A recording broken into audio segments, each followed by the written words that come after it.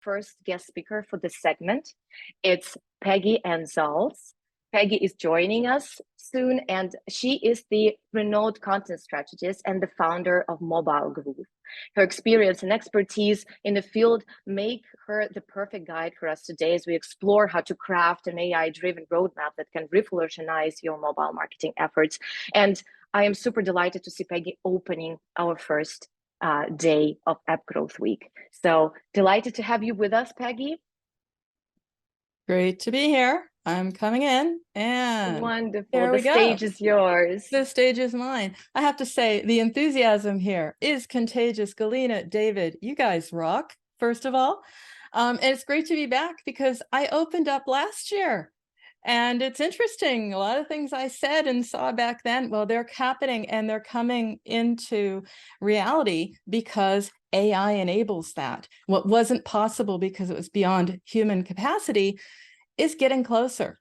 So with that, I will take the slides and take us into the mobile Futurescape.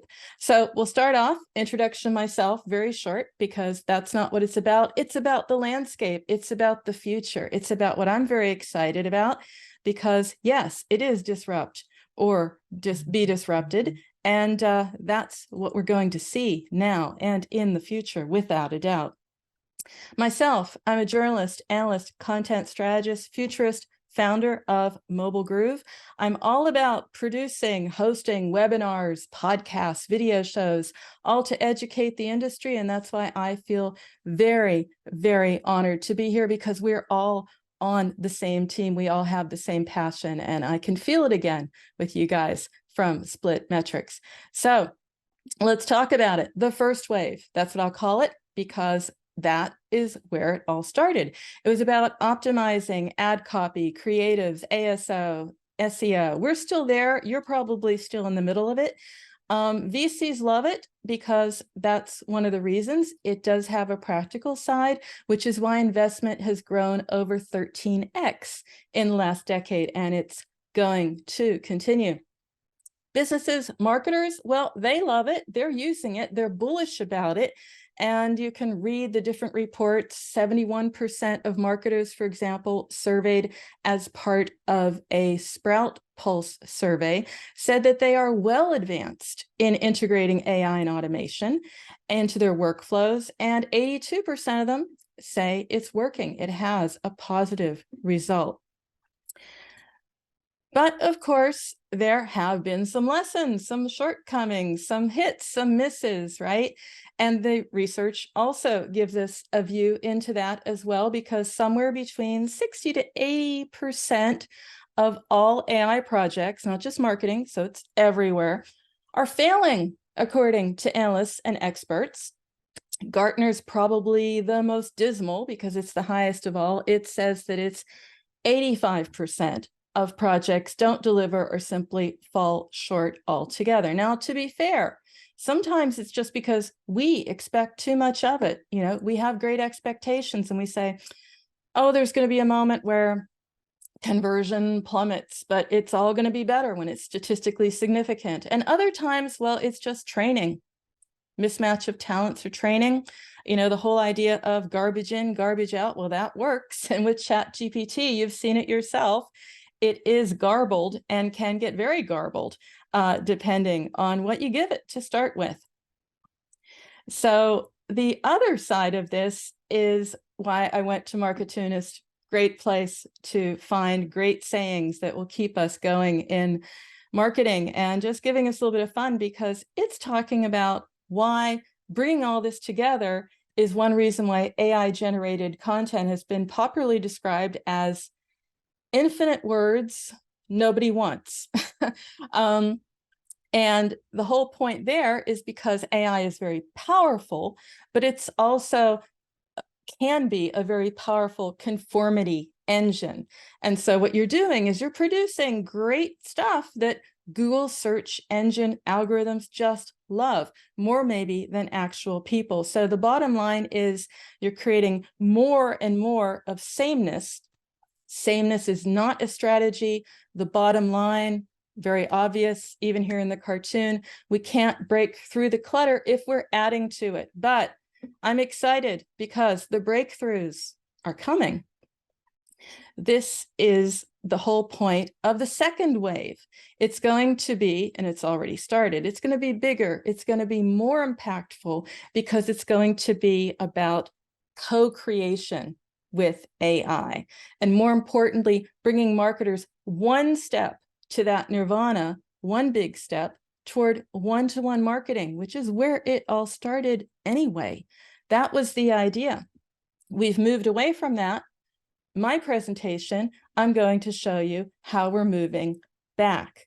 So I'm going to look at how the future of marketing is shaping up now because of AI, different aspects of AI that have already started to transform a lot of what you do and how you do your job better.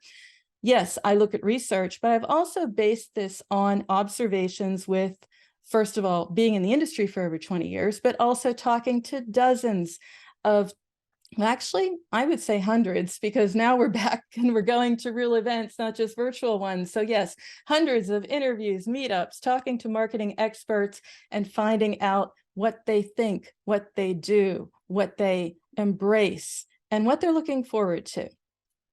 So I'm breaking it down into what I'm calling 3 remarkable ways AI is changing the rules. Areas where AI and marketing, machine learning rather, are redefining your strategy, possibly your roadmap to acquire, engage, and grow your audience. And I break it down into, because I love alliteration, surveys, segmentation, super cool creatives. If that's not exciting, I don't know what is. But here, we'll start with surveys. Surveys are becoming assessments because AI is becoming a human insights engine that measures and can measure human cognition at scale. What does that mean? It means being able to build experiences that exceed audience expectations because AI systems can capture psychometric data. They can ingest it. They can offer reliable, actionable recommendations based on customers' intrinsic needs.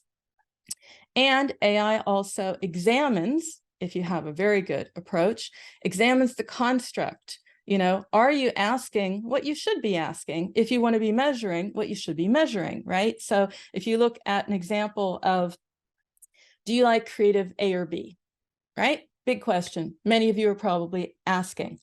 What are you actually asking? What do you actually want to measure? Do you want to know the effectiveness of an asset, or do you want to just get multiple choice questions, answers that are based on how I feel about a color at a certain time? And then the question is, AI needs to therefore adapt the questions, develop the questions to suit the users. That's where it's morphing into assessments. That's more than a snapshot, more than a multiple choice quiz or survey or test. It is assessing psychological traits. It is also assessing the questions, the question bank, the questions it asks each user. It's actually learning about the user and adapting that. So it understands more about the kind of person you are, what matters to you. And guess what? That turns into the question and the question construct. And beyond that, the approach, it is possible to compare those responses with all of the psychological data, all of the data around that question to check for randomness, bias, and outliers. Very important. Now, that's what we want to be seeing. Good news is we are starting to see that, because one company I've seen in my research making its mark here is a company called Solston. So it's a company that lives at the intersection of customer understanding and experience design. So it combines AI, deep audience understanding, and what it calls precision psychology to go upstream from demographics and behavior to understand users' motivations, values, hopes, etc. Then it also tailors the experiences to these audiences, allowing marketers, people in product, whoever is asking the question to deliver the features that resonate with the audience and therefore drive the results. So it knows what people appreciate, and it helps marketers harness that through adaptive user assessment, always understanding what drives engagement, what drives churn, how can you improve media spend? These are the types of questions you can ask. And there's an example that shows it works well, in particular for games. In just 2 months, for example, it allowed Supercell to increase KPIs, 22% increase in the number of daily sessions, and 18% in the average daily playtime. So next trend I'm seeing, next big thing I'm seeing is segmentation becomes individualization. It's more like a rethink, you might think, but actually it's a revolution. And it's in this scenario that AI liberates marketers from their preconceived notions around what they think customers are supposed to like or dislike.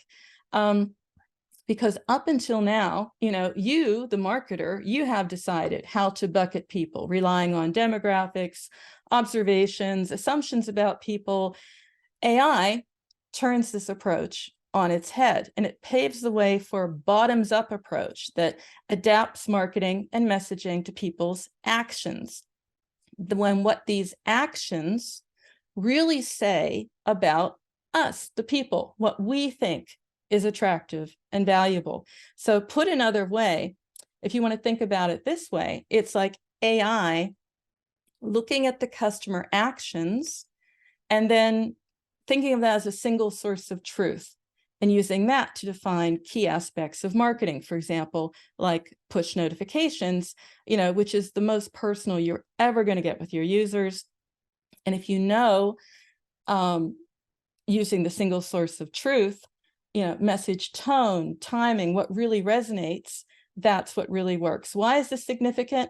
Because it's customer-led, bottom-up, not top-down. Because marketing, messaging, everything needs to engage users at every stage. The problem is marketers aren't architecting journeys, they make flowcharts. That's what you've been learning. And that's fine, except people, individuals, don't follow that route. People are fiercely individual. And in addition, user journeys are often tone deaf. They're built to guide users through apps, but these journeys are your journeys. They're not contextually aware necessarily of what's going on in our lives. So here is where I see new approaches. And one company I've noticed breaking new ground is AMP. AMP, just to sort of sum it up, integrates with the MarTech stack. So it's got a core position, if you want to think of it that way. It understands what users have done in the past, ingests the data to determine what users are likely to do next, and the messaging tone, the content, everything that will have a huge impact on that. It also looks at real user actions, propensity triggers, and user patterns, matching these attributes to their exhibited behavior, as well as a sequence of events that these behaviors and actions prompted in the first place.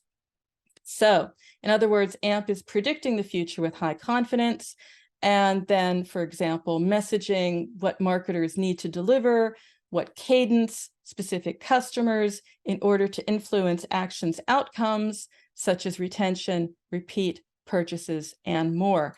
So you have to think of it in a way as the way you would manage a portfolio. You are seeing what people are doing, and AI, the AI-informed view, frames that in a rich complexity, adapting and allocating messages to users with a high propensity to act on them.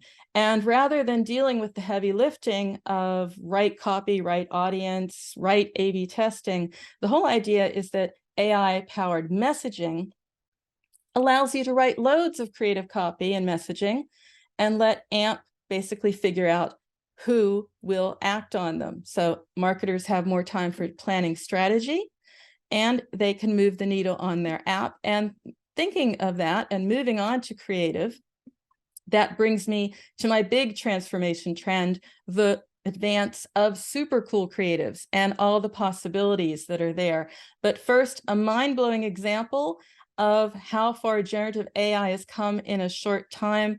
And speaking of time, I am running a little low on time, but I will wrap it up as quickly as I can, Galina and David, because thanks to the great folks over at Replay, a creative intelligence platform helping mobile companies build creative strategies, I have an example here from the UA Society event I went to last October in London. So the question is to us, to the audience, everybody here, which of these images is not the real deal? That is, which image is generated by AI? We have a poll, so please cast your vote, and I will wrap this up quickly. We're near the end. Marina, maybe you can tell me the kinds of results you're seeing. Do you want to just run it for a moment, or? So the winners are B, and the answer all of the above. Haha, I did the same thing, actually. I did the same thing. The answer is they were all generated by AI. So that is why I'm so excited about this, because that was a shocker, but it also opens our eyes to the opportunities. And that wasn't the only opportunity, the eye-opening moment. I also got to know Kenji Vinatu here, creative director at Voodoo, deep into AI and creatives, and he shared, and I'm sharing it with you, how AI is helping Voodoo make the move from hyper casual to casual games, because it allows them to do things faster and do things better. In this case, he was sharing with me, it's an effort for finding the winning app icon, and it showed that it was a 3x increase in rigorous A/B testing, lower cost, 30% cheaper. I could go on, but the point is, it creates high-performing creatives. Where's this going? Well, it doesn't just stop there.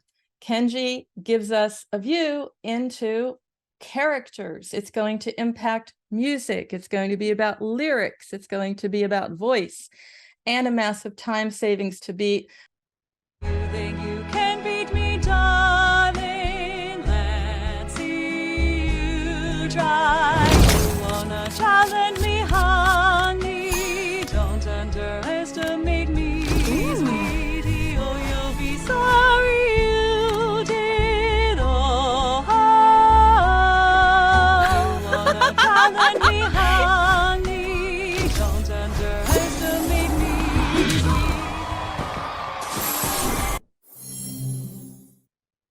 Okay, the point is here that it was completely created by AI, lip syncing, music, thinking of the lyrics, thinking of the song, doing the character. The bottom line is a lot of really exciting things are coming, and I'm trying to forward this. There we go. So a lot of exciting things are coming, and I will take a few of Kenji's predictions with a big +1 from me. Bottom line is creative will not be replaced by AI, but will allow more people, more non-art people, to get involved in the process. You will evolve, and you may become your own creative director, as Kenji did. But there's a downside, and I'm sure we'll be talking about it today.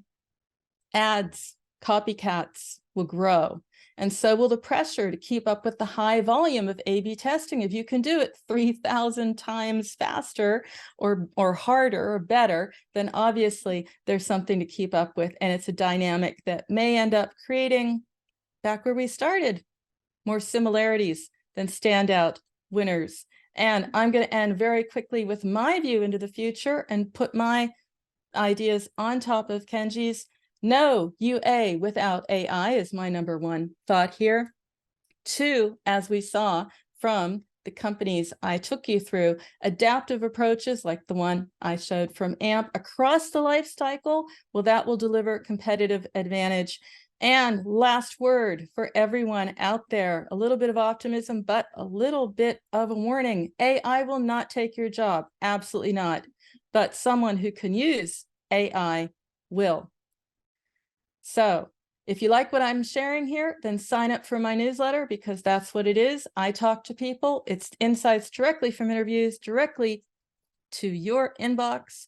And thank you so much. And I hope you're as excited about the future as I am. And now well prepared, because SplitMetrics is going to take it away and teach us a lot more. Thanks again for the opportunity.